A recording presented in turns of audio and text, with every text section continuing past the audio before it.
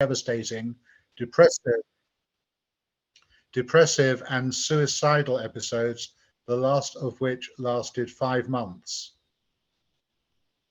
The person you would meet today is not the person you would have come across at that time. Looking back, there was no real connection made between these episodes, and I wonder, one, why was I never hospitalized? And two, why wasn't I diagnosed more quickly? First of all, 30 years ago, far less was known about bipolar disorder, so the doctors weren't quick to diagnose it and weren't trained to do so. Secondly, it was only after 9 years that my GP reviewed my file and noticed that I had never been referred to a psychiatrist. This was the breakthrough that changed and saved my life. I went to the Priory, and within 45 minutes, after 9 years, I had a diagnosis. You have a mental illness. It has a name. It is bipolar 1 affective disorder. You have it for life, and it is treatable with the drug lithium. Lithium balances out the chemical imbalance, so you end up between the North Pole and the South Pole. And I'm pleased to say that in the past 22 years, I've not experienced a single day of mental ill health. And I'm also pleased to say that as quite an emotional person, I still experience the normal feelings and emotions that come with everyday life. Starting on lithium is not easy, as you have to be weaned onto it. It's a very powerful drug. There are side effects, the most common being weight gain, and you have to have regular blood tests to make sure the level of lithium in your bloodstream is correct and it's not affecting your kidneys or thyroid. I do obviously wish that I'd been diagnosed earlier and not had to suffer manic and depressive episodes as I did. In my first manic episode, I was going out a lot late at night to clubs and bars and spending much too much money. My second and third manic episodes were much more controlled, as I recognized what was going on, but I was still much more outgoing than usual and spending too much money. My depressive episodes were serious and eventually suicidal and lasted 3, 4, and 5 months respectively. I often stood on the edge of a tube platform thinking about ending it all. I would drive down the motorway at speed, not turning the corners until the last possible moment. I would stand in the bathroom with hands full of tablets, thinking about overdosing and ending my life. Mostly I was at home in bed, doing nothing but sleeping, eating, and surviving. As you can tell, I moved from surviving to thriving. So to finish, once more, here are your takeaways. With mental health, it's good to talk about it. It's good to fight stigma, and it's good for your own healing. 2, think about how you can help people in your community by recognizing the signs of mental illness. 3, I'm an example of a bipolar sufferer who can maintain a positive life. And finally, please listen to understand. Thank you. Wow, that was quite an amazing journey. Thank you, Mike. Yeah. Are there any questions, folks? Brilliant. There's always questions. Mike, that was really powerful.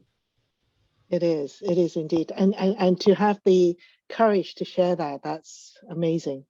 Well, 30 years ago, I would just not talk about it. And then my daughter, who is the other half of the story, my daughter was diagnosed just 4 years after me at the tender age of 16 with bipolar disorder, because it runs in families, it is genetic.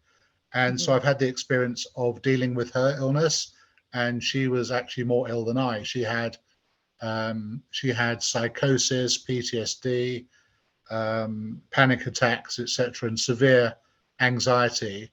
I'm happy to say now she's 34, married to a lovely guy, just bought a house, and we're the only father and daughter that speak on stage about having bipolar disorder. But you don't you don't use it as a crutch.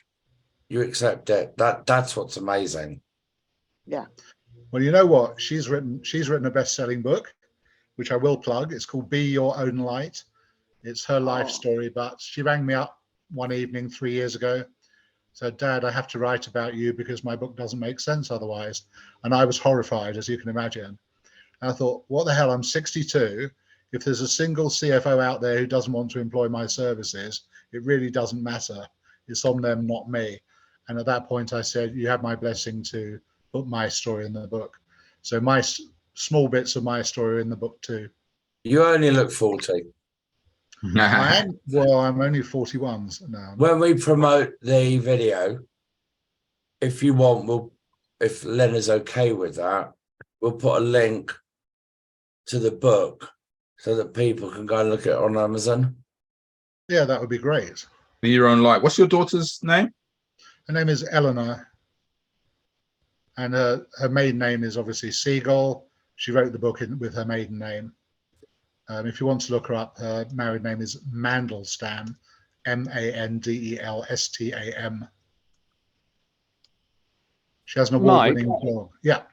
Yeah, question for you. So as an employer or someone that works with someone with manic depression, what reasonable adjustments can really support you in a working environment, if any? What if you have an employee in that situation?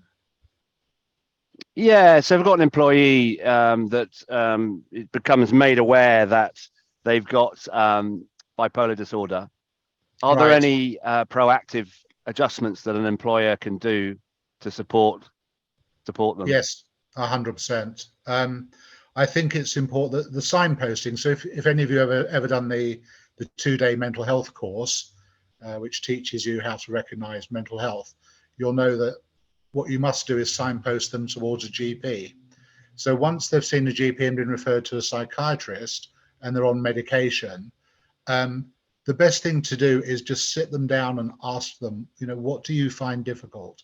So for example, even this morning, my daughter couldn't go to work.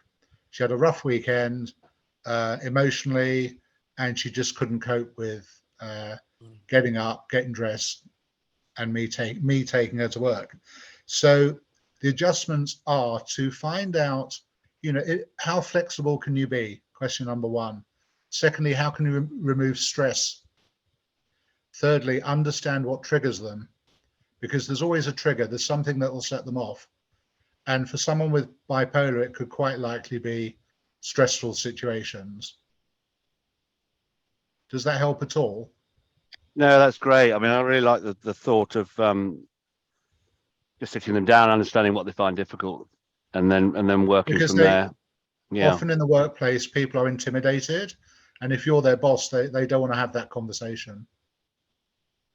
Yeah, and I suppose I wondered sometimes if the intimidation's the other way as well, in terms of lack of understanding. That's why rather than read medical tomes on bipolar disorder, which are very stodgy to say the least, my daughter's written that book from her heart. She also has a blog called Bring Me to Light, which has been in the top 10 mental health blogs for each of the last 4 years. So because she's a talented writer and has been able, writing the book was very cathartic, as you can imagine. But it can also be quite triggering. So one of the chapters comes with a trigger warning. I'm talking to a group of adults here, so I'll talk about suicide and suicidal ideation, and thoughts about taking my own life. But I certainly didn't talk about those things. I talked to 100 sixth formers at Haberdashers last week, so I just adjust the speech according to the audience. That was great, Mike. Please, right. I'm sorry. Sorry, I was just going to say, as an employer, and it was many years ago, we, just as Simon was describing there, we had an employee with bipolar. We probably didn't know at the time, hence the point about listening was important, but he was upsetting our clients, such as we had complaints about his behaviour and so forth, which is quite a difficult one to manage, particularly as it only really emerged that he had bipolar as time went on. It didn't end terribly well, I'm afraid, but nevertheless, it opened my eyes to just what you described there. And I think that those coping strategies probably would have helped the situation looking back. The biggest problem with people who go on meds is they suddenly feel fine. So they decide to stop taking their meds. And that's disastrous and leads to all sorts of odd behavior. There's also an illness called bipolar 2. which my sister has, and that's a watered down version, but a less extreme version of mania and depression. So you get a bit manic and a bit depressed, but it's not sort of suicidal or hypomania.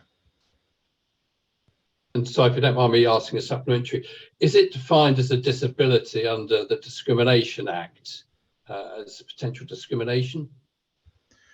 Good question. I've never been asked that before. I don't think it is a disability. It's a mental health issue. It's a mental health illness. Is it a disability? I think yes. My answer is yes, it can be, because Eleanor, my daughter, she has a disabled badge. And the reason she has it is she gets, it's a strange one to me, but her husband works in benefits, so he knows the ins and outs. She has a blue badge because she needs to park close to buildings and shops, because if she has too far to walk, she gets socially anxious. Therefore, there must be ways of classifying it as a disability. It's definitely a disability, because the definition of a disability under the Equality Act is long-term. If it's a long-term impairment. Well, it's certainly long-term. And therefore it would classify definitely as a, yeah. It would definitely classify as a disability, yeah. I think you're right, Asari. I think I'd treat it as a disability these days. Yeah, which is different to what you want to describe yourself as, which is totally different issue, but under the law it would. I once, long story cut short, once for the hell of it, I decided to see if I could get on the council housing list, and two ladies came round and asked me every single question under the sun, like, what did you have for breakfast, that kind of thing. And they hit the computer buttons and they said, oh, good news, you can go on the waiting list.